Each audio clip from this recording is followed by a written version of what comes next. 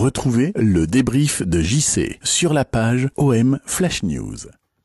Salut à tous les amis, donc bienvenue sur OM Flash News donc pour ce débriefing du match OM Galatasaray.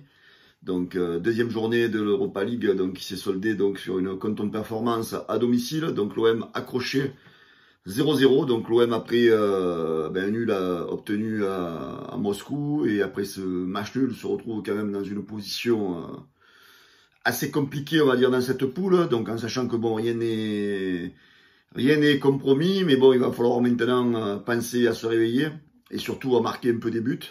Voilà, donc frustration de ce match, 0-0, comme je vous disais, donc les 2 points perdus dans les derniers instants à Moscou risquent de peser dans la balance après cet accro à domicile. Donc que dire sur ce match? L'équipe elle a quand même joué, elle a tenté. Voilà, donc est-ce que Sampaoli avait fait la bonne compo d'entrée? Je suis moins d'accord. Voilà, il y a eu de la volonté, il y a eu de l'envie, mais bon, voilà, on sent que l'équipe elle est limitée surtout offensivement. Hein, on a vraiment un gros manque d'efficacité. Voilà, alors certains vont dire ouais, on aurait dû avoir un penalty, patin, coup fin. Après voilà, après il faut pas se cacher derrière un penalty quoi. Quand tu joues à domicile, normalement tu n'attends pas un penalty pour marquer un but quoi. On a eu des occasions. Under à un moment donné met une superbe frappe que le gardien est allé chercher dans la lucarne, parce que c'est vrai que la frappe était très très belle.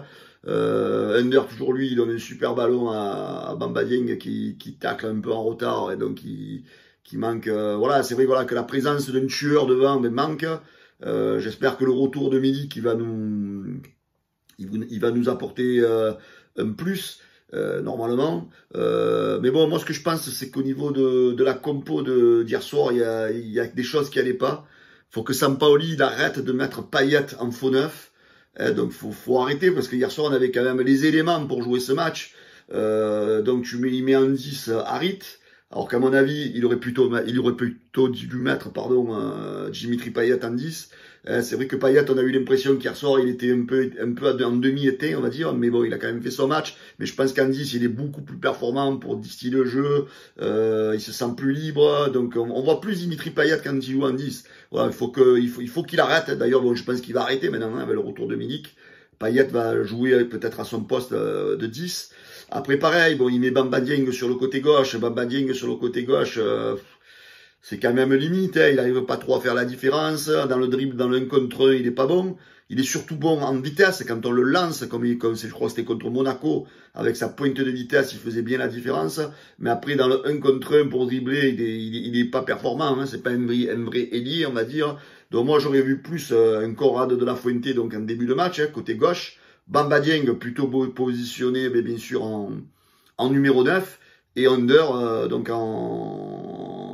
côté droit. Donc Under, maintenant il n'y a plus de surprise, hein. Le gars il est bon, à chaque match il fait ses matchs.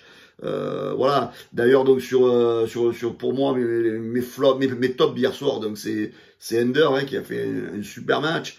Guendouzi au milieu de terrain, hein, comme on le dit, donc c'est quelqu'un qui est assez indéboulonnable, hein. Ça fait partie des joueurs qui font partie de l'ossature, de la colonne vertébrale de cette équipe.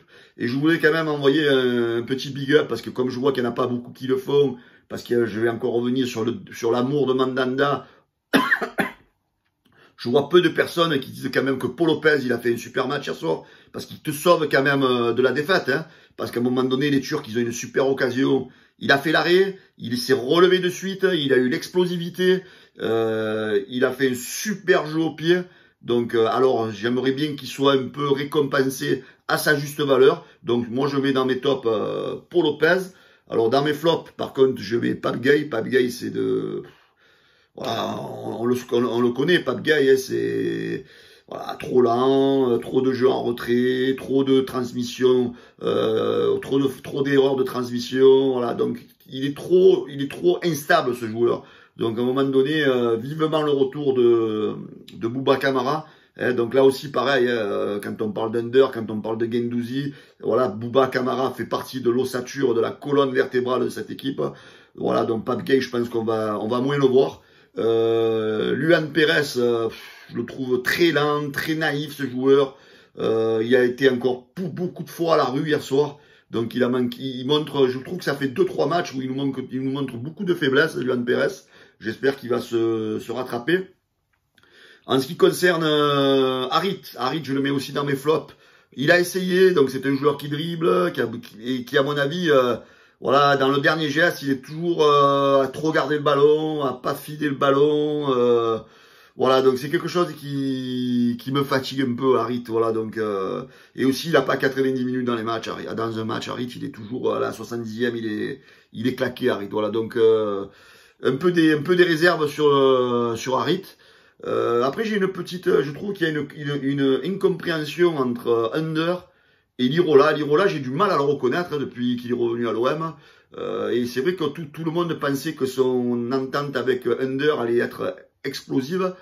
Et finalement, c'est vrai que depuis le début, depuis qu'ils ont joué ensemble, on a l'impression qu'ils se marchent dessus, les deux mecs. Ils se donnent jamais le ballon dans le bon tempo, ou même ils se le donnent pas. Et donc, je pense qu'il va falloir qu'ils travaillent ça tous les deux à l'entraînement, qu'ils essayent de trouver une certaine complicité. Voilà, donc sur le match hier soir, on est frustré. Hein, l'OM, normalement, doit battre cet adversaire. Normalement, on est meilleur que cet adversaire.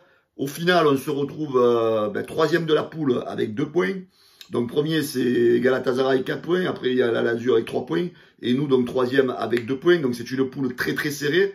On n'est pas encore éliminé, mais je pense qu'il va falloir maintenant, voilà, la double confrontation avec la Lazio, donc elle va être assez décisive pour la qualif. Donc sur les 6 points qui vont être distribués contre la Lazio, il va falloir qu'on en prenne 4. Hein. Il va falloir aller impérativement ramener des points de la Lazio, minimum le match nul. Il ne faut pas perdre parce que si on perd la Lazio, là, je pense que ça va devenir compliqué. Donc voilà, minimum 4 points. Donc au moins un nul là-bas et une victoire à Marseille au retour pour se mettre dans des bonnes conditions sur les 2 derniers matchs pour recevoir Moscou et aller à Galatasaray. Voilà. Restons optimistes, les amis. On espère que les retours de Camara et de Milik vont faire performer cette équipe, hein, que Milik va apporter ce manque de réussite qu'on a au niveau offensif. Donc tout va passer par le match de dimanche à Lille, donc il va falloir aller s'imposer à Lille pour un peu inverser cette vapeur là, parce que depuis quelques matchs on est en train de rentrer dans une phase on perd de la confiance, on perd voilà, donc il va falloir inverser tout ça et aller gagner à Lille, les amis. Voilà, donc je vous souhaite à tous une bonne journée et rien n'est encore perdu en Coupe d'Europe, on peut encore se qualifier. Ciao les gars, bonne journée à tous. Retrouvez le débrief de JC sur la page OM Flash News.